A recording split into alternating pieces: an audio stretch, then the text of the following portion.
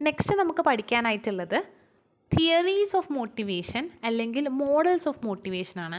അതിൽ ആദ്യത്തെ തിയറി അല്ലെങ്കിൽ ആദ്യത്തെ മോഡൽ പറയുന്നത് ലോറൻസ് സൈക്കോ ഹൈഡ്രോളിക് മോഡലാണ്. ലോറൻസിൻ്റെ സൈക്കോ ഹൈഡ്രോളിക് മോഡൽ അല്ലെങ്കിൽ hydraulic models water closet model എന്നൊക്കെ നമുക്കിതിനെ പറയാൻ പറ്റും.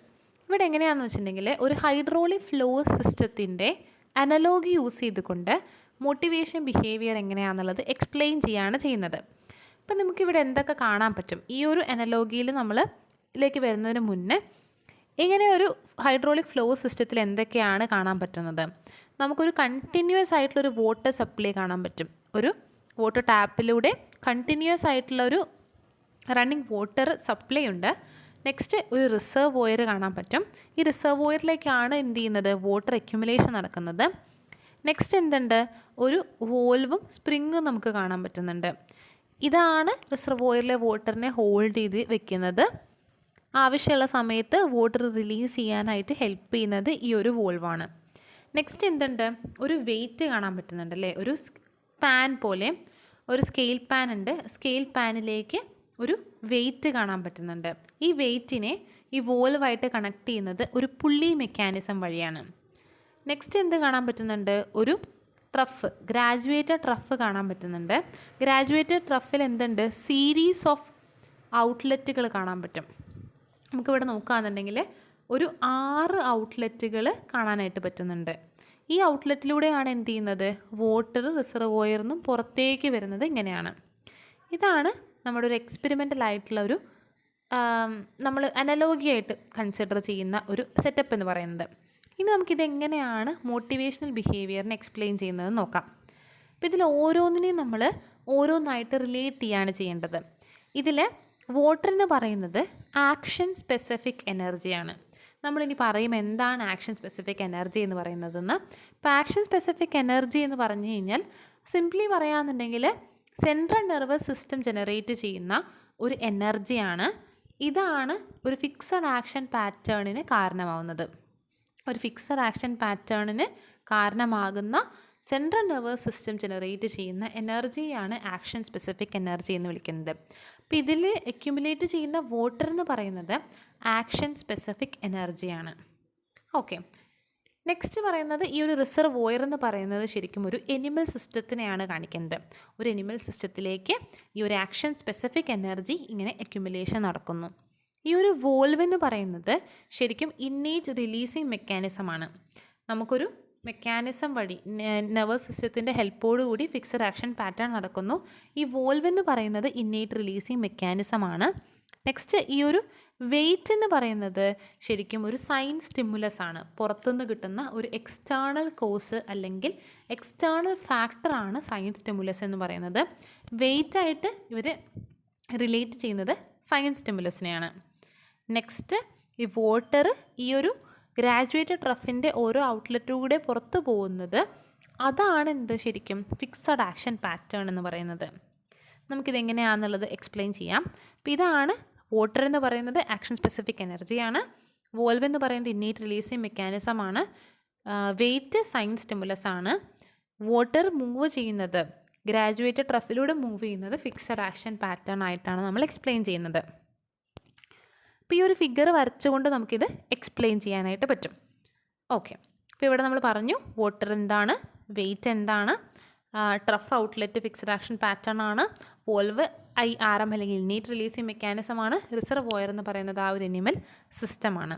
അപ്പോൾ കൊൺറാഡ് ലോറൻസിൻ്റെ ഈ ഒരു മോഡൽ ഓഫ് മോട്ടിവേഷൻ ഇതിൽ പറയുന്നത് എങ്ങനെയാണെന്ന് വെച്ചിട്ടുണ്ടെങ്കിൽ ഒരു പുറത്തുനിന്നുള്ള ഒരു സ്റ്റിമുലസ്, ഒരു കോസ് ഫാക്ടറുകൾ ഉണ്ടായിരിക്കും. ഇവരാണ് പെർട്ടിക്കുലർ ആയിട്ടുള്ളൊരു ബിഹേവിയർ പാറ്റേണിനെ ആക്ടിവേറ്റ് ചെയ്യുന്നത്. അതിനെയാണ് നമ്മൾ എന്ത് വിളിക്കുന്നത്? സൈൻ സ്റ്റിമുലസ് എന്ന് വിളിക്കുന്നത്.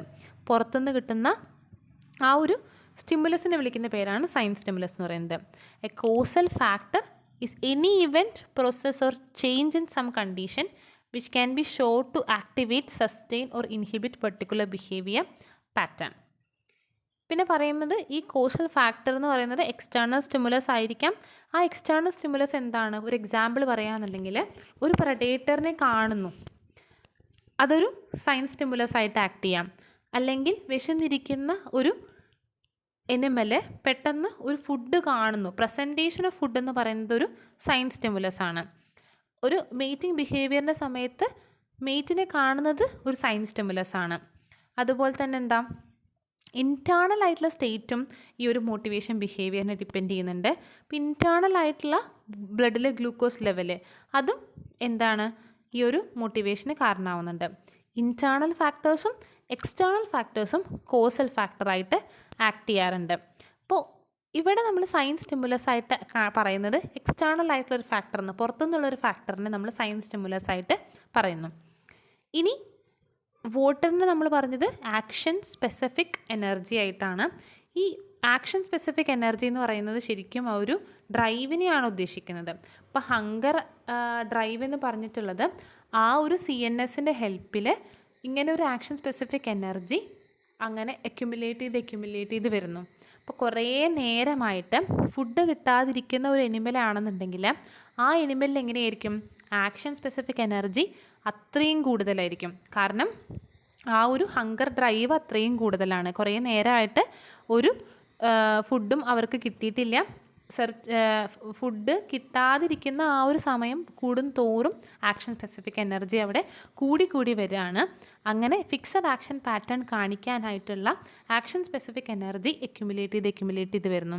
അപ്പോൾ അതാണ് നമ്മൾ പറയുന്നത് ഒരു എനിമൽ സിസ്റ്റത്തിൽ റിസർവോയറിൽ വാട്ടർ അക്യുമുലേറ്റ് ചെയ്യുന്ന പോലെ, റിസർവോയറിൽ വാട്ടർ അക്യുമുലേറ്റ് ചെയ്യുന്ന പോലെ എനിമൽ സിസ്റ്റത്തിൽ എന്ത് അക്യുമുലേറ്റ് ചെയ്യുന്നു, ആക്ഷൻ സ്പെസിഫിക് എനർജി അക്യുമുലേറ്റ് ചെയ്യുകയാണ് അവിടെ ചെയ്യുന്നത്. ഓക്കെ, ഇതാണ് എനിമലിൻ്റെ ഡ്രൈവായിട്ട് ആക്ട് ചെയ്യുന്നത്.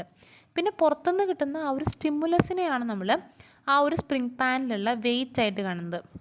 അപ്പോൾ നമ്മളിവിടെ പറഞ്ഞു സ്പ്രിംഗ് പാനിൽ ഒരു വെയിറ്റ്, ഇതെന്ന് പറയുന്നത് എന്താണ്, പുറത്തുനിന്ന് കിട്ടുന്ന സ്റ്റിമുലസ് ആണ്. ഈ സൈൻ സ്റ്റിമുലസ് എന്ന് പറയുന്നത് കൂടുന്നതിനനുസരിച്ച് എന്തുണ്ടായിരിക്കും, ഫിക്സഡ് ആക്ഷൻ പാറ്റേണും കൂടുന്നുണ്ടായിരിക്കും. കാരണം ഇവിടെ പുള്ളി മെക്കാനിസം വഴി വോൾവ് എന്ന് പറയുന്നത് ഫങ്ഷൻ, വോൾവ് റിലീസാക്കുന്നത്, വാട്ടർ റിലീസാക്കുന്നത് ഈ ഒരു വെയിറ്റിനെയും കൂടി ഡിപ്പെൻഡ് ചെയ്തിട്ടാണ്. അപ്പോൾ ആക്ഷൻ സ്പെസിഫിക് എനർജി എന്ന് പറയുന്നത് ഇൻറ്റേർണൽ ആയിട്ടുള്ള ഡ്രൈവ് ആണെങ്കിൽ സൈൻ സ്റ്റിമുലസ് എന്ന് പറയുന്നത് എക്സ്റ്റേർണൽ ആയിട്ടുള്ള കോസാണ്. ഈ സൈൻ സ്റ്റിമുലസ് കൂടുന്നതിനനുസരിച്ച് എന്തുണ്ടായിരിക്കും, ഫിക്സഡ് ആക്ഷൻ പാറ്റേൺ കൂടും. അതുപോലെ തന്നെ ASE ആക്ഷൻ സ്പെസിഫിക് എനർജി കൂടുന്നതിനനുസരിച്ചും എന്ത് കൂടുന്നുണ്ട്, ഫിക്സഡ് ആക്ഷൻ പാറ്റേൺ കൂടുന്നുണ്ട്. ഇതാണ് നമുക്ക് ഇവിടെ പറയാനായിട്ട് ഉള്ളത്. പിന്നെ നമുക്ക് പറയുന്നത് സ്ട്രെങ്ത് ഓഫ് ദി സ്റ്റിമുലസ് എന്ന് പറയുന്നത് mainly weight of the spring പാനിൽ റിലേറ്റ് ചെയ്തിരിക്കും നമ്മൾ പറഞ്ഞു. അതുപോലെ തന്നെ ഈ വോൾവ് ഓപ്പൺ ചെയ്യുന്നത് സ്റ്റിമുലസിനനുസരിച്ചിട്ടും എനർജിക്ക് അനുസരിച്ചിട്ടാണ്. വോൾവ് ഓപ്പൺ ചെയ്താലാണ് എന്തുണ്ടാവുന്നത്, വാട്ടർ റിസർവോയറിലൂടെ ഈ ട്രഫിലേക്ക് എത്തുന്നത്. ഓക്കെ, ഇങ്ങനെയാണ് ഇവരുടെ ബിഹേവിയർ പാറ്റേൺസ് പോകുന്നത്. എന്താണ് ആക്ഷൻ സ്പെസിഫിക് എനർജി, എന്താണ് ഫിക്സഡ് ആക്ഷൻ പാറ്റേൺ എന്ന് നമ്മൾ പറഞ്ഞു. പിന്നെ നമുക്ക് ഈ ഒരു sign stimulus, innate releasing mechanism, action specific energy, fixed action pattern, ഇവരുടെയൊക്കെ ഇൻട്രാക്ഷൻസ് എക്സ്പ്ലെയിൻ ചെയ്യുകയാണ് നമുക്ക് ഈ ഒരു മോഡൽ വഴി നമ്മൾ ചെയ്യുന്നത്. Explain the interaction between external and internal factors in eliciting behaviour. External ഫാക്ടേഴ്സും ഇൻറ്റേർണൽ ഫാക്ടേഴ്സും എങ്ങനെയാണ് ബിഹേവിയർ എലിസിറ്റ് ചെയ്യാൻ ഹെൽപ്പ് ചെയ്യുന്നതെന്ന് ഇവിടെ നമ്മൾ എക്സ്പ്ലെയിൻ ചെയ്യുകയാണ് ചെയ്യുന്നത്. ഓക്കെ, ഈ ഒരു വോൾവ് എന്ന് പറയുന്നത് ഇന്നേറ്റ് റിലീസിങ് മെക്കാനിസമാണ്. അത് ആ മെക്കാനിസം വഴിയാണ് നമ്മൾ നേരത്തെ പറഞ്ഞിരുന്നു സൈൻ സ്റ്റിമുലസ് വഴി ഫിക്സഡ് ആക്ഷൻ പാറ്റേൺ ഉണ്ടാക്കാനായിട്ട് ഇന്നേറ്റ് റിലീസിങ് മെക്കാനിസം എന്ന് പറയുന്ന നെർവസ് സിസ്റ്റം കൂടിയും ഹെൽപ്പ് ചെയ്യുന്നുണ്ട്. സോ ഈ ഒരു എനലോഗി വെച്ച് ഹൈഡ്രോളിക് ഫ്ലഷ് സിസ്റ്റം വെച്ചിട്ടാണ് ഈ ഒരു മോട്ടിവേഷൻ ബിഹേവിയർ ഇവർ എക്സ്പ്ലെയിൻ ചെയ്യാനായിട്ട് ശ്രമിച്ചിട്ടുള്ളത്. അപ്പോൾ ഇവിടെ നമ്മൾ ഈ ഒരു ഫിഗർ വെച്ച് ഒന്നും കൂടി പറയുകയാണെന്നുണ്ടെങ്കിൽ എന്തുണ്ടാവും, ഇതിൽ 1 2 3 4 5 6 അങ്ങനെ 6 എന്തുണ്ട് ഔട്ട്ലെറ്റുകൾ നമുക്ക് കാണാനായിട്ട് പറ്റുന്നുണ്ട്. അപ്പോൾ ഇതിൽ higher threshold of behaviour represent ചെയ്യുന്നതാണ് 4 5 6 എന്ന് പറയുന്നത്. അതായത് നമുക്ക് അത്രയും വലിയ ഒരു സൈൻ സ്റ്റിമുലസും കിട്ടി, ആക്ഷൻ സ്പെസിഫിക് എനർജിയും കൂടുതലാണെന്നുണ്ടെങ്കിൽ അവിടെ ഇന്നേറ്റ് റിലീസിങ് മെക്കാനിസം വഴി ഹൈ ത്രഷോൾഡ് ബിഹേവിയർ കാണിക്കും. ബിഹേവിയറിൻ്റെ സ്ട്രെങ്ത് അത്രയും കൂടുതലായിരിക്കും. അപ്പോൾ അതാണ് ഇവിടെ കാണിക്കുന്നത്. ഈ 1 2 3 4 5 6 എന്ന് പറഞ്ഞിട്ടുള്ള 4 5 6 വരെ നമുക്ക് എന്തുണ്ടായിരിക്കും, വാട്ടർ പുറത്തേക്ക് പോകുമെന്ന് പറയുന്നതാണ്. 4, 5, 6 വരെ വാട്ടർ പുറത്ത് പോകുന്നത് ഹയർ ത്രഷോൾഡ് ഓഫ് ബിഹേവിയർ ആണ് റെപ്രസെൻറ്റ് ചെയ്യുന്നത്. Lower threshold of behaviour represent ചെയ്യുന്നത് എങ്ങനെയാണെന്ന് വെച്ചാൽ 1, 2, 3 മാത്രമാണ് പുറത്ത് പോകുന്നത്. Higher threshold of behaviour represent 4, 5, 6 and lower threshold of behaviour represent outlet 1, 2, 3. ഇങ്ങനെയാണ് അവരുടെ ബിഹേവിയർ പാറ്റേൺ നമുക്ക് എക്സ്പ്ലെയിൻ ചെയ്യുന്നത്. അപ്പോൾ നമുക്കൊരു എക്സാമ്പിൾ പറയാമെന്നുണ്ടെങ്കിൽ, കുറേ നേരമായിട്ട് ഫുഡ് കിട്ടാതിരിക്കുന്ന ഒരു എനിമലിൽ ഓട്ടോമാറ്റിക്കലി എന്തുണ്ടായിരിക്കും? ആക്ഷൻ സ്പെസിഫിക് എനർജി അക്യുമുലേഷൻ നടക്കും. ആക്ഷൻ സ്പെസിഫിക് എനർജി അക്യുമുലേഷൻ നടക്കും ഏതുപോലെ? ഒരു റിസർവോയറിൽ വാട്ടർ അക്യുമുലേഷൻ നടക്കുന്നത് പോലെ. അവിടെ പെട്ടെന്ന് ഒരു പ്രേനെ കാണുന്നു, അതിനെയാണ് സൈൻ സ്റ്റിമുലസ്.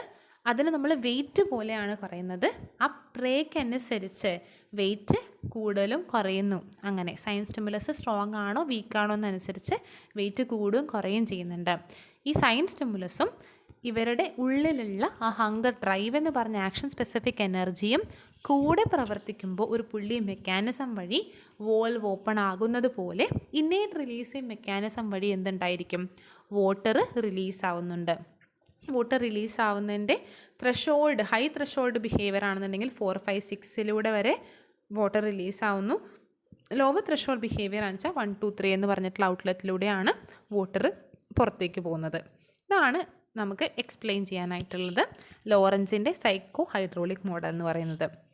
ഇത്രയും കാര്യങ്ങളാണ് നമുക്ക് സൈക്കോ ഹൈഡ്രോളിക് മോഡലിൽ പറയുന്നത്.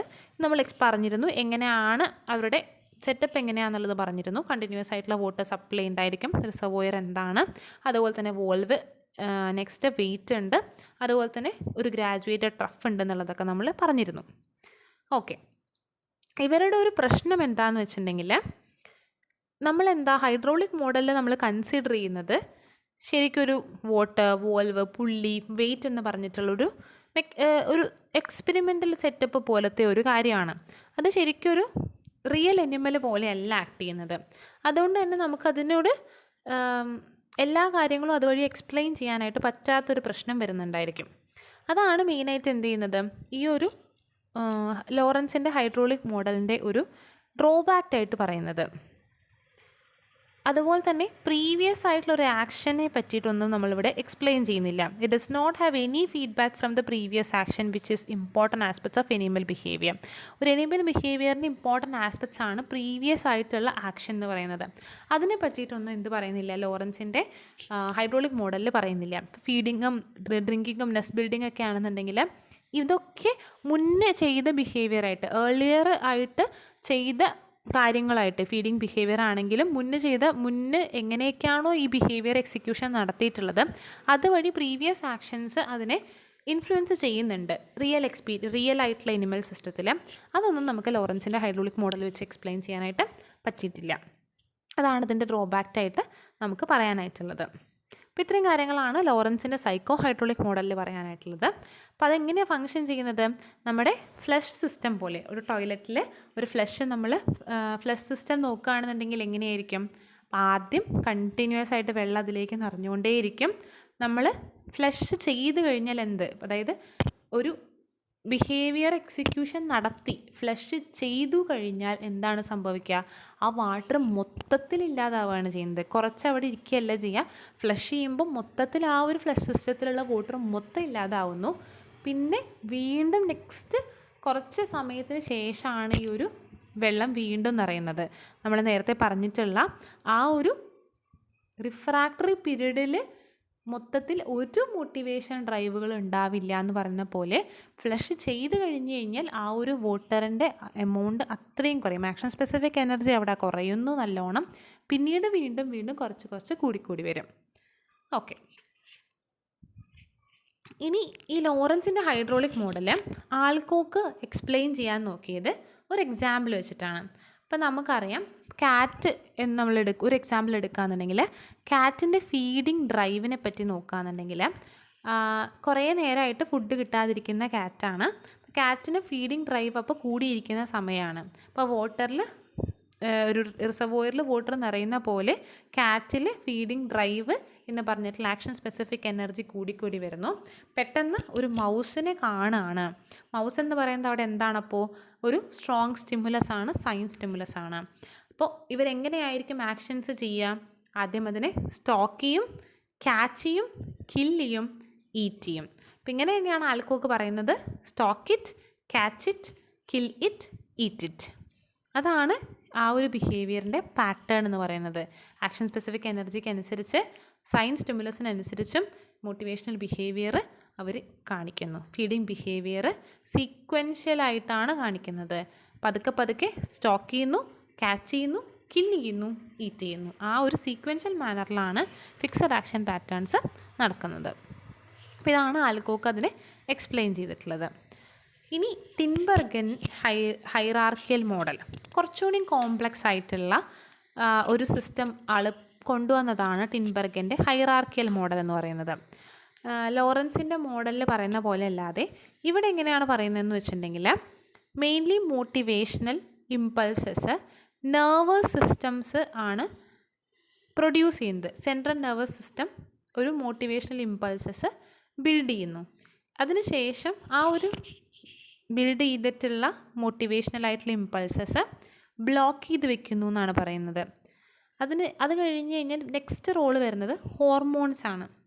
ഹോർമോണിൻ്റെ റോള് വരുന്നു. അതിനുശേഷം ഈ ഒരു ബ്ലോക്ക് റിമൂവ് ചെയ്യുന്നത് ഇന്നേറ്റ് റിലീസിങ് മെക്കാനിസമാണ്. ഇന്നേറ്റ് റിലീസിങ് മെക്കാനിസം വഴി എന്ത് ചെയ്യുന്നുണ്ട്, ഒരു cascade of behaviour patterns expressed ആവുന്നു. ഇത് കുറച്ചുകൂടി കോംപ്ലക്സ് ആയിട്ടുള്ളൊരു മോഡലാണ്. ഡീറ്റെയിൽ ആയിട്ട് നമ്മൾ എക്സ്പ്ലെയിൻ ചെയ്യുന്നില്ല. പക്ഷേ എന്താണ് കാര്യം എന്ന് മനസ്സിലാക്കി വയ്ക്കുക. ഫസ്റ്റ് CNSൻ്റെ involvement, next hormonal system, next വരുന്ന innate releasing mechanism. Innate releasing mechanism വഴി കാസ്കേഡ് ഓഫ് ബിഹേവിയേഴ്സ് എക്സ്പ്രസ് ചെയ്യുന്നു. ഇങ്ങനെയാണ് ടിൻബർഗൻ്റെ ഹൈറാർക്കിയൽ മോഡൽ പറയുന്നത്. അപ്പോൾ നമ്മൾ ലോറൻസിൻ്റെ മോഡൽ പറഞ്ഞു. പിന്നെ ആൽക്കോക്ക് എങ്ങനെയാണ് ലോറൻസിൻ്റെ മോഡൽ ഒരു ഫുഡ് ഡ്രൈവ് വെച്ച് എക്സ്പ്രസ് ചെയ്തതെന്ന് മനസ്സിലായി. ടിൻബർഗൻ്റെ ഹൈറാർക്കിയൽ മോഡലും പറഞ്ഞു. നെക്സ്റ്റ് നമുക്ക് ഒരു സ്റ്റഡിയും കൂടി പഠിക്കാനുണ്ട്. മോട്ടിവേഷണൽ സ്റ്റഡീസ് ഗപ്പിയിൽ നമ്മൾ പഠിച്ചു. നമ്മളിപ്പോൾ പറഞ്ഞ കാര്യങ്ങളൊക്കെ തന്നെ എങ്ങനെയാണ് ഗപ്പിയിൽ ഒരു എക്സ്പെരിമെൻ്റ് നടത്തി ഇത് പ്രൂവ് ചെയ്തതെന്ന് കൂടി നമുക്ക് പഠിക്കാനുണ്ട്. മോട്ടിവേഷണൽ സ്റ്റഡീസ് ഗപ്പിയിൽ എങ്ങനെയാണ് ഉണ്ടാവുക എന്നുള്ളത്. ഓക്കെ, ഗപ്പിയിലുള്ള മോട്ടിവേഷൻ സ്റ്റഡീസ് എന്ന് പറയുന്നത്, ഈ ഒരു ഗ്രാഫ് നോക്കുകയാണെന്നുണ്ടെങ്കിൽ മെയിൻലി നമുക്ക് 2 ആക്സിസ് ആണ് കൊടുത്തിട്ടുള്ളത്. എക്സ് ആക്സിസിൽ എന്തുണ്ട്, ഫീമെയിൽ ഫിഷിൻ്റെ സൈസും, വൈ ആക്സിസിൽ മെയിലിൻ്റെ മാർക്കിങ്സും. ഈ ഒരു എക്സ്പെരിമെൻ്റൽ സ്റ്റഡീസ് നടത്തിയത് ബാരൻസ് ആൻഡ് ഹിസ് കൊളീഗ്സ് ആണ്. ഈ ഒരു experiment classical work demonstration experiment നടത്തിയിട്ടുള്ളത്. ഇവിടെ എക്സ്പ്ലെയിൻ ചെയ്യുന്നത് എങ്ങനെയാണെന്ന് വെച്ചാൽ, ഗപ്പിയിൽ നമ്മൾ മോട്ടിവേഷൻ സ്റ്റഡി ചെയ്യാണ്. ഒരു courtship behaviour in male guppy വെച്ചിട്ടാണ് നമ്മൾ ഈ ഡെമോൺസ്ട്രേഷൻ നടക്കുന്നത്. അപ്പോൾ നമ്മളിവിടെ നോക്കുമ്പോൾ കോഡ്ഷിപ്പ് ബിഹേവിയർ കാണിക്കാനായിട്ടുള്ള സൈൻ സ്റ്റിമുലസ് അല്ലെങ്കിൽ എക്സ്റ്റേണൽ സ്റ്റിമുലസ് എന്ന് പറയുന്നത് ഒരു ഫീമെയിൽ ഫിഷിൻ്റെ അട്രാക്റ്റീവ്നെസ് ആണ്. അപ്പോൾ ഫീമെയിൽ ഫിഷായിട്ട് മെയിൽ ഫിഷ് കോഡ്ഷിപ്പ് ബിഹേവിയർ കാണിക്കണമെങ്കിൽ ഫീമെയിൽ ഫിഷിന് എന്ത് വേണം, നല്ല അട്രാക്റ്റീവ് ആയിട്ടുള്ള ക്യാരക്ടേഴ്സ് വേണം. ഇവിടെ നമ്മൾ അട്രാക്റ്റീവ്നെസ് ആയിട്ട് എടുക്കുന്നത് സൈസാണ്. ഫീമെയിൽ ഫിഷിൻ്റെ സൈസ് കൂടുന്തോറും അവരുടെ അട്രാക്റ്റീവ്നെസ് കൂടുന്നുണ്ട്. ഓക്കെ, അപ്പോൾ ഒരു സൈൻ സ്റ്റിമുലസ് ആയിട്ട് ആക്ട് ചെയ്യുന്നത് ഫീമെയിൽ ഫിഷിൻ്റെ സൈസാണ്. ഇനി മെയിലിൻ്റെ കേസ് നോക്കുകയാണെന്നുണ്ടെങ്കിൽ, മെയിലിൽ ഈ ഒരു അട്രാക്റ്റീവ്നെസ് കാരണം, സൈൻ സ്റ്റിമുലസ് കാരണം മെയിലിൽ ചില കളർ പാറ്റേൺസ് കാണുന്നു. ഈ ഒരു മെയിലിലുണ്ടാവുന്ന ഇൻറ്റേർണൽ ആയിട്ടുള്ളൊരു സെക്ഷൽ ഡ്രൈവ് പുറത്ത് കാണുന്നതാണ് ഈ ഒരു കളർ പാറ്റേൺ. മെയിലിൽ സെക്ഷൽ ഡ്രൈവ്, സെക്ഷൽ സ്റ്റേറ്റ് കൂടുമ്പോൾ പുറത്തേക്കുള്ള ആ ഒരു അപ്പിയറൻസിൽ മാറ്റം വരുന്നു. എക്സ്റ്റേണൽ ആയിട്ടുള്ള ഇൻഡിക്കേഷൻ നമുക്ക് കളർ പാറ്റേണിൽ കാണുന്നു. അപ്പോൾ ഫീമെയിൽ ഫിഷിൻ്റെ സൈസ് എന്ന് പറയുന്നത് ഒരു സൈൻ സ്റ്റിമുലസ് ആയിട്ടും എക്സ്റ്റേണൽ സ്റ്റിമുലസ് ആയിട്ടും, മെയിലിലുള്ള കളർ പാറ്റേൺ എന്ന് പറയുന്നത് external indication of males internal sexual state എന്ന് പറയാം. ഉള്ളിലുണ്ടാവുന്ന ആ ഒരു ഇൻറ്റേർണൽ സ്റ്റേറ്റിനെ പുറത്തുനിന്ന് നമുക്ക് കണ്ട് മനസ്സിലാക്കാൻ പറ്റും അവരുടെ കളർ പാറ്റേൺസ് വെച്ചിട്ട്. അപ്പോൾ മെയിൽ ഗപ്പിയിൽ മെയിനായിട്ട് 3 തരത്തിലാണ് 3 സ്റ്റേജിലൂടെയാണ് കോഡ്ഷിപ്പ് ബിഹേവിയർ കാണിക്കുന്നത്. ആദ്യത്തെ ഒരു സ്റ്റേജാണ് പോസ്ചറിങ്, രണ്ടാമത്തത് ഇൻറ്റൻഷണൽ സിഗ്മോയിഡ് ഡിസ്പ്ലേ, മൂന്നാമത്തത് ഫുൾ സിഗ്മോയിഡ് ഡിസ്പ്ലേ. അങ്ങനെ 3 രീതിയിലാണ് ബിഹേവിയർ നടക്കുന്നത്. അപ്പോൾ ആദ്യം പോസ്ചറിങ്, പിന്നെ ഇൻറ്റൻഷണൽ സിഗ്മോയിഡ് ഡിസ്പ്ലേ, പിന്നെ ഫുൾ സിഗ്മോയിഡ് ഡിസ്പ്ലേ. അപ്പോൾ ഇവിടെ നമ്മൾ ഈ ഒരു ഗ്രാഫ് വെച്ച് എക്സ്പ്ലെയിൻ ചെയ്യാൻ നമുക്ക് എങ്ങനെയാണ് ഈ ഒരു കാര്യം പറയാമെന്നുള്ളത്. അപ്പോൾ നമ്മളിവിടെ പറഞ്ഞു എക്സ് ആക്സിസിൽ എന്ന് പറയുന്നത് ഇൻറ്റേർണൽ സ്റ്റിമുലസ് ആണ്. ഒരു മെയിൽ ഫിഷിൽ ഇൻറ്റേർണൽ സ്റ്റിമുലസിനെയാണ് നമ്മളോട് കൊടുത്തിട്ടുള്ളത്. അപ്പോൾ ഇവിടെ നോക്കിയേ, ആദ്യത്തെ ഫിഷിൽ ഈ ഒരു ലോ പാറ്റേൺസ് ആണ് കാണുന്നത്. ബോഡിയിലുള്ള പാറ്റേൺസ് അവിടെ കുറവാണ്. ഇൻറ്റേർണൽ ആയിട്ടുള്ള ഒരു സ്റ്റിമുലസ്, ഇൻറ്റേർണൽ ആയിട്ടുള്ള സെക്ഷൽ ഡ്രൈവ് അവിടെ കുറവാണ്. ഇൻറ്റേർണൽ സെക്ഷൽ ഡ്രൈവിനെ പുറത്ത് നമുക്ക് മനസ്സിലാക്കാനായിട്ടുള്ളതാണ് എക്സ്റ്റേണൽ പാറ്റേൺസ്. ബോഡിയിലെ കളർ പാറ്റേൺസ് അപ്പോൾ ഇവിടെ കുറവാണ്. ഇങ്ങനെ പോകും തോറും ഇവിടെ എന്തുണ്ട്, എക്സ്റ്റേണൽ ആയിട്ടുള്ള കളർ പാറ്റേൺസ് കൂടി വരികയാണ് ചെയ്യുന്നത്. ഇവിടെ കുറവുള്ള ആളുടെ, ഇവിടെ കൂടിയ ആളുടെ. ഇങ്ങനെയാണ് എക്സ് ആക്സിസ്. വൈ ആക്സിസിൽ കൊടുത്തിട്ടുള്ളത് എന്താണ്, അവിടെ ഫീമെയിലിൻ്റെ സൈസാണ്. ഇത് ചെറിയ സൈസുള്ള ഫീമെയിൽ, ഇങ്ങനെ കൂടി വരുന്നവരുടെ സൈസ്. അപ്പോൾ 2 സെൻറ്റിമീറ്റർ, 3 സെൻറ്റിമീറ്റർ, 4 സെൻറ്റിമീറ്റർ. അപ്പോൾ ഇങ്ങനെ ഇൻക്രീസിങ് ഓർഡറിലാണ് വരുന്നത്. അപ്പോൾ ഇതാണ് 2 കാര്യങ്ങൾ. അതിൽ സൈൻ സ്റ്റിമുലസ് അപ്പോൾ ഫീമെയിലിൻ്റെ സൈസാണ് അട്രാക്റ്റീവ്നെസ് ആയിട്ട് ആക്ട് ചെയ്യുന്നത്. നെക്സ്റ്റ് ഇൻറ്റേർണൽ സ്റ്റിമുലേഷൻ എന്ന് പറയുന്നത്, ഇൻറ്റേർണൽ സ്റ്റിമുലേഷൻ ഉള്ളിലെ സെക്ഷൽ ഡ്രൈവാണ്. അത് നമുക്ക് മനസ്സിലാവുന്നത് എക്സ്റ്റേണൽ ആയിട്ടുള്ള കളർ പാറ്റേൺസ് മെയിൽ കാണിക്കുമ്പോഴാണ്. അപ്പോൾ നോക്കിയേ, നമുക്ക് 3 ടൈപ്പ് ഓഫ് ബിഹേവിയർ പാറ്റേൺസ് ആണുള്ളത്. Posturing, sigmoid intentional and sigmoid, fully sigmoid behaviour. 3 behaviour patterns. അപ്പോൾ ആദ്യം നമുക്ക് പോസ്ചറിങ് ബിഹേവിയർ എങ്ങനെയാണെന്ന് നോക്കാം. പോസ്ചറിങ് എന്ന് പറയുമ്പോൾ ഇവിടെ എന്താ സംഭവിക്കുന്നത്, ഈ ഒരു പോസ്ചറിങ് എന്ന് പറഞ്ഞിട്ടുള്ള ലോ സ്റ്റിമുലസ് റെസ്പോൺസ് ആണ് പോസ്ചറിങ് എന്ന് പറയുന്നത്. പോസ്ചറിങ് ബിഹേവിയർ കാണിക്കാനായിട്ട് ഹൈ ഇൻറ്റേർണൽ സ്റ്റിമുലസ് ഉള്ള, അല്ലെങ്കിൽ ഒരുപാട് കളർ പാറ്റേൺസ് കാണിക്കുന്ന, ഹൈ കളർ പാറ്റേൺസ് കാണിക്കുന്ന ഒരു മെയിലാണെന്നുണ്ടെങ്കിൽ അവർക്ക് ഫീമെയിൽ അട്രാക്റ്റ് ചെയ്യാനായിട്ടുള്ള ഫീമെയിലിൻ്റെ സൈസ് 2 സെൻറ്റിമീറ്റർ മതി.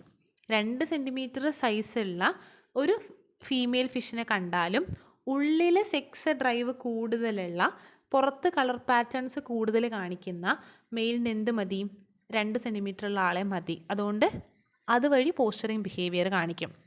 എന്നാൽ ഉള്ളിലെ ഡ്രൈവ് കുറവുള്ള ആൾ, അതായത് ലോ കളർ പാറ്റേൺ കാണിക്കുന്ന ആൾക്ക് അവിടെ എന്ത് വേണം, അവിടുത്തെ ഇൻറ്റേർണൽ ഡ്രൈവ് കുറവായതുകൊണ്ട് തന്നെ അവർക്ക് കോഡ്ഷിപ്പ് ബിഹേവിയർ കാണിക്കണമെങ്കിൽ അത്യാവശ്യം നല്ലോണം വലുപ്പമുള്ള ഒരു ഫിഷ് തന്നെ വേണം. ഏകദേശം ഒരു 3.5 സെൻറ്റിമീറ്റർ ഉള്ള ഒരു ഫിഷിനെ കിട്ടിയാൽ മാത്രമാണ് പോസ്ചറിങ് ബിഹേവിയർ ആര് കാണിക്കുള്ളൂ, ലോ ഇൻറ്റേർണൽ സ്റ്റിമുലേഷൻസ് ഉള്ള, ലോ കളർ പാറ്റേൺസ് കാണിക്കുന്ന മെയിൽ കാണിക്കുള്ളൂ. അപ്പോൾ അതാണ് ഒരു എക്സാമ്പിളായിട്ട് പറയുന്നത്.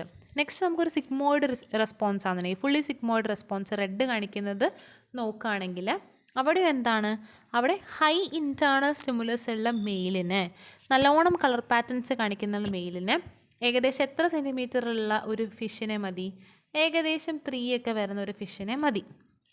3 സെൻറ്റിമീറ്റർ ഉള്ള ഫീമെയിൽ ഫിഷിനെ കണ്ടു കഴിഞ്ഞാലും അവർ കോഡ്ഷിപ്പ് ബിഹേവിയേഴ്സ് കാണിക്കും. എന്നാൽ ഈ ഒരു സിഗ്മോയിഡ് ബിഹേവിയർ കാണിക്കുന്നത് ലോ സ്റ്റിമുലസ് ഉള്ള, ഇൻറ്റേർണൽ സ്റ്റിമുലസ് ഉള്ള, ലോ കളർ പാറ്റേൺ ഉള്ള ഒരു മെയിലാണ് എന്നുണ്ടെങ്കിൽ സിഗ്മോയിഡ് ബിഹേവിയേഴ്സ് അവർക്ക് കാണിക്കാനായിട്ട് ഏകദേശം ലാർജർ ദാൻ 4 സെൻറ്റിമീറ്റർ ഫിഷ് നമുക്ക് ആവശ്യമാണ്. 4ലും കൂടുതൽ സെൻറ്റിമീറ്റർ വലുപ്പമുള്ള ഒരു ഫീമെയിൽ ഫിഷിനെ കിട്ടിയാൽ മാത്രമാണ്, ഫീമെയിൽ ഫിഷിനെ കണ്ടാൽ മാത്രമാണ് ഇവരൊരു കോഡ്ഷിപ്പ് ബിഹേവിയർ കാണിക്കുള്ളൂ. അപ്പോൾ ഇതൊന്നും നമുക്ക് മനസ്സിലാക്കാൻ പറ്റുന്നത് എന്താണ്, ഇൻറ്റേർണൽ സ്റ്റിമുലസ് കൂടിക്കഴിഞ്ഞാൽ പുറത്തുനിന്നുള്ള സൈൻ സ്റ്റിമുലസ് ചെറുതാണെങ്കിലും ഇവരെന്ത് കാണിക്കും, റെസ്പോൺസ് കാണിക്കും. ഇങ്ങനൊരു ബിഹേവിയർ പാറ്റേൺസ് ആണ് ആര് എക്സ്പ്ലെയിൻ ചെയ്തിട്ടുള്ളത്, ഈ ഒരു സ്റ്റഡി വഴി, ഗപ്പിയിലുള്ള സ്റ്റഡി വഴി ബാരൻസ് ആൻഡ് അവരുടെ കൊളീഗ്സ് എക്സ്പ്ലെയിൻ ചെയ്തിട്ടുള്ളത്.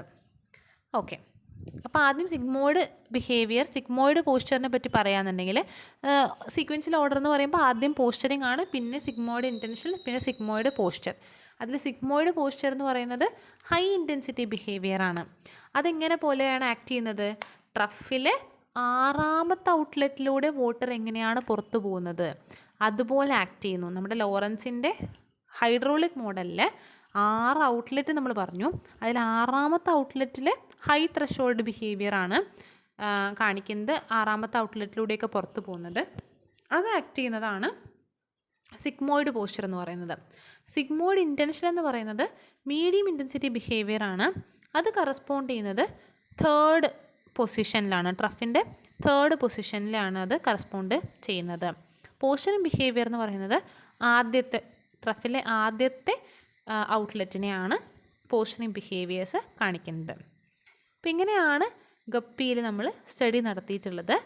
ഇവിടെ എന്ത് ചെയ്തിട്ടുണ്ടായിരുന്നു, നമ്മൾ ഓരോ പാറ്റേൺ വെച്ച് നമ്മൾ എക്സ്പ്ലെയിൻ ചെയ്തിട്ടുണ്ടായിരുന്നു. ഇൻറ്റേർണൽ സ്റ്റിമുലേസ് കൂടുതലുള്ള എക്സ്റ്റേർണൽ പാറ്റേണിങ് കൂടുതലുള്ള മെയിൽ ഫിഷ് എങ്ങനെയാണ് കാണിക്കുന്നത്, അതുപോലെ തന്നെ ഇൻറ്റേർണൽ സ്റ്റിമുലസ് കുറവുള്ള എക്സ്റ്റേർണൽ പാറ്റേൺസ് കുറവുള്ള മെയിൽ ഫിഷ് എങ്ങനെയാണ് ബിഹേവ് ചെയ്യുന്നതെന്ന് നമ്മൾ നോക്കിയായിരുന്നു.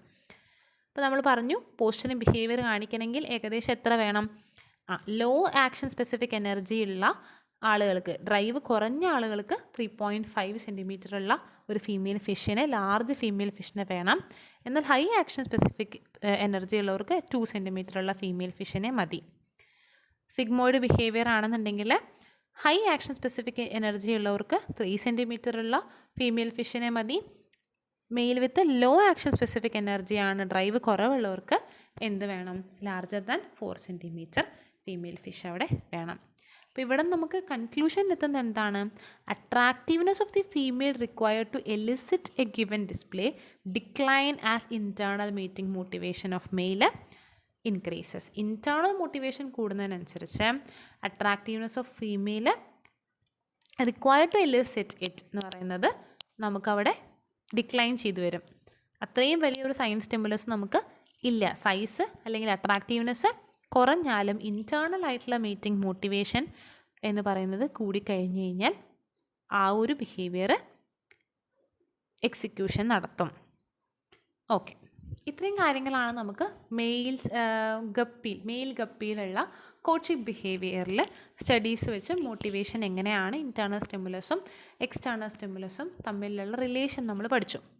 ഇനി ചെറിയ കാര്യങ്ങളും കൂടി പറയാനുള്ളത്, എങ്ങനെയാണ് ന്യൂറോഫിസിയോളജി ഓഫ് മോട്ടിവേഷൻ്റെ ന്യൂറോഫിസിയോളജിനെ പറ്റി പറയാമെന്നുണ്ടെങ്കിൽ, മോട്ടിവേഷൻ ബിഹേവിയറിനെ ഹെൽപ്പ് ചെയ്യുന്ന മേജർ റോള് ചെയ്യുന്ന ഒരു ബ്രെയിൻ്റെ പോർഷനാണ് ഹൈപ്പോതലാമസ് എന്ന് പറയുന്നത്. അപ്പോൾ ഹൈപ്പോതലാമസ് മെയിൻലി നമ്മളൊരു എക്സാമ്പിൾ വെച്ച് എക്സ്പ്ലെയിൻ ചെയ്യുകയാണെന്നുണ്ടെങ്കിൽ, ഒരു ഡ്രിങ്കിങ് ബിഹേവിയർ കാണിക്കുകയാണെന്നുണ്ടെങ്കിൽ 2 സർക്യൂട്ട് വെച്ചിട്ടാണത് അവർ ഹാൻഡിൽ ചെയ്യുന്നത്, കൺട്രോൾ ചെയ്യുന്നത്. ഒന്ന് via neurohypophysis by secreting ADH which enhance water reabsorption in kidneys. ന്യൂറോഹൈപ്പോഫൈസിസ് വഴി, പിറ്റ്യൂട്ടറിയുടെ ന്യൂറോഹൈപ്പോഫൈസിസ് വഴി വാസോപ്രസിൻ അല്ലെങ്കിൽ ADH പ്രൊഡ്യൂസ് ചെയ്യുന്നു. ADHൻ്റെ ഫങ്ഷൻ എന്താണ്, കിഡ്നിയിൽ വാട്ടർ റീഅബ്സോർപ്ഷൻ നടത്തുക എന്നുള്ളതാണ്. ആ ഒരു മെക്കാനിസം എന്ന് പറയുന്നത് ഹൈപ്പോതലാമസ് ആണ് കൺട്രോൾ ചെയ്യുന്നത്. രണ്ടാമത്തെ രീതിയിൽ ഡ്രിങ്കിങ് വാട്ടർ അല്ലെങ്കിൽ സെർച്ചിങ് ഓഫ് ഡ്രിങ്കിങ് വാട്ടർ എന്ന് പറയുന്നത് കൺട്രോൾ ചെയ്യുന്നത് ഹൈപ്പോതലാമസിലെ 2 റീജിയൻസ് ആണ് മെയിൻലി. വെൻട്രോമീഡിയൽ ന്യൂക്ലിയസും VHM അതുപോലെ തന്നെ ലാറ്ററൽ ഹൈപ്പോതലാമസും LH. ഈ വെൻട്രോമീഡിയൽ ന്യൂക്ലിയസ് ഓഫ് ഹൈപ്പോതലാമസ് എന്ന് പറയുന്നത് ഈ ഒരു സെർച്ചിങ് ഓഫ് വാട്ടറിനെ സപ്രസ് ചെയ്യുകയാണ് ചെയ്യുന്നത്. എന്നാൽ ലാറ്ററൽ ഹൈപ്പോതലാമസ് എന്ന് പറയുന്നത് ഫീഡിങ് ആക്ടിവിറ്റി അല്ലെങ്കിൽ ഡ്രിങ്കിങ് ആക്ടിവിറ്റീനൊക്കെ ഇൻക്രീസ് ചെയ്യുകയാണ് ചെയ്യുന്നത്.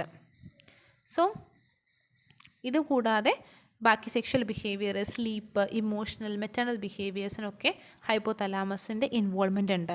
ഇവിടെ ഇൻഹിബിറ്ററി ആയിരിക്കാം അല്ലെങ്കിൽ എക്സൈറ്റേറ്ററി ആയിരിക്കാം. ഇവിടെ വെൻട്രോമീഡിയൽ ഏരിയ ചെയ്യുന്നത് എന്താണ്, ഇൻഹിബിറ്ററി മെക്കാനിസമാണ്. എന്നാൽ ലാറ്ററൽ ഏരിയ ചെയ്യുന്നത് എക്സൈറ്റേറ്ററി ഇൻഫ്ലുവൻസ് ആണുള്ളത്. ഇതാണ് മെയിനായിട്ട് ഹൈപ്പോതലാമസിൻ്റെ ഒരു റോൾ എന്ന് പറയുന്നത്. ഹൈപ്പോതലാമസിലെ ഓസ്മോ റിസപ്റ്റേഴ്സും തെർമോ റിസപ്റ്റേഴ്സും അങ്ങനെയുള്ള റിസപ്റ്റേഴ്സൊക്കെ ഉള്ളത് കൊണ്ട് തന്നെ മെയിനായിട്ട് ഇവർക്ക് ചേഞ്ച് ഇൻ എൻവയോൺമെൻറ്റ് ടെമ്പറേച്ചർ, അതുപോലെ തന്നെ fluctuations in concentration of body ഫ്ലൂയിഡൊക്കെ കൺട്രോൾ ചെയ്യാനായിട്ട് ഹൈപ്പോതലാമസ് പറ്റും എന്നാണ് പറയുന്നത്.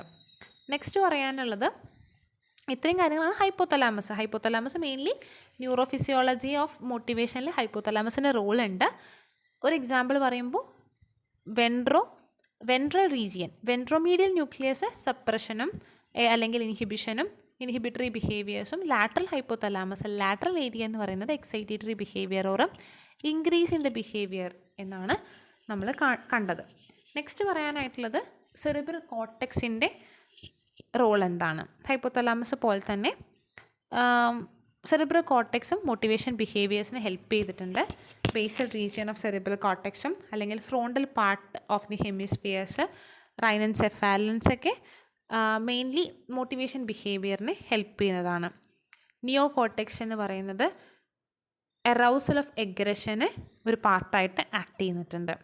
ഇത്രയും കാര്യങ്ങളാണ് ന്യൂറോ ഫിസിയോളജിയിൽ പറയാനുണ്ട്. മെയിനായിട്ട് ഹൈപ്പോതലാമസും സെറിബ്രൽ കോർട്ടെക്സിൻ്റെയും റോള് ഈ ഒരു മോട്ടിവേഷൻ ബിഹേവിയേഴ്സിൻ്റെ ന്യൂറൽ ഫിസിയോളജിയിൽ വരുന്നുണ്ടെന്നുള്ളത് അറിഞ്ഞിരിക്കാം. അപ്പോൾ ഇത്രയും കാര്യങ്ങളാണ് മോട്ടിവേഷനിൽ നമുക്ക് പറയാനുള്ളത്. മോട്ടിവേഷൻ എന്താണ്, ഡിഫറെൻറ്റ് ഫേസസ് ഓഫ് മോട്ടിവേഷൻ എന്താണെന്ന് പറഞ്ഞു. അതിലെ മോഡലുകൾ നമ്മൾ പറഞ്ഞു. ലോറൻസിൻ്റെ സൈക്കോ ഹൈഡ്രോളിക് മോഡൽ പറഞ്ഞു. ആൽകോക്കിൻ്റെ ഫുഡ് ഡ്രൈവ് വെച്ച് അതെങ്ങനെ എക്സ്പ്ലെയിൻ ചെയ്തു എന്ന് പറഞ്ഞിരുന്നു. നെക്സ്റ്റ് പറയാനായിട്ടുള്ളത്, നെക്സ്റ്റ് നമ്മൾ പറഞ്ഞ എന്തായിരുന്നു, ഗപ്പിയിലുള്ള സ്റ്റഡീസിനെ പറ്റി. അതിനു മുന്നേ ടിൻബർഗിൻ്റെ ഹൈറാർക്കിയൽ സിസ്റ്റം പറഞ്ഞു, ഗപ്പിയിലുള്ള സ്റ്റഡീസ് പറഞ്ഞു, പിന്നെ ന്യൂറോ ഫിസിയോളജി ചെറുതായിട്ട് എക്സ്പ്ലെയിൻ ചെയ്തു. ഇത്രയും കാര്യങ്ങളാണ് മോട്ടിവേഷനിൽ പറയാനായിട്ടുള്ളത്. Thank you.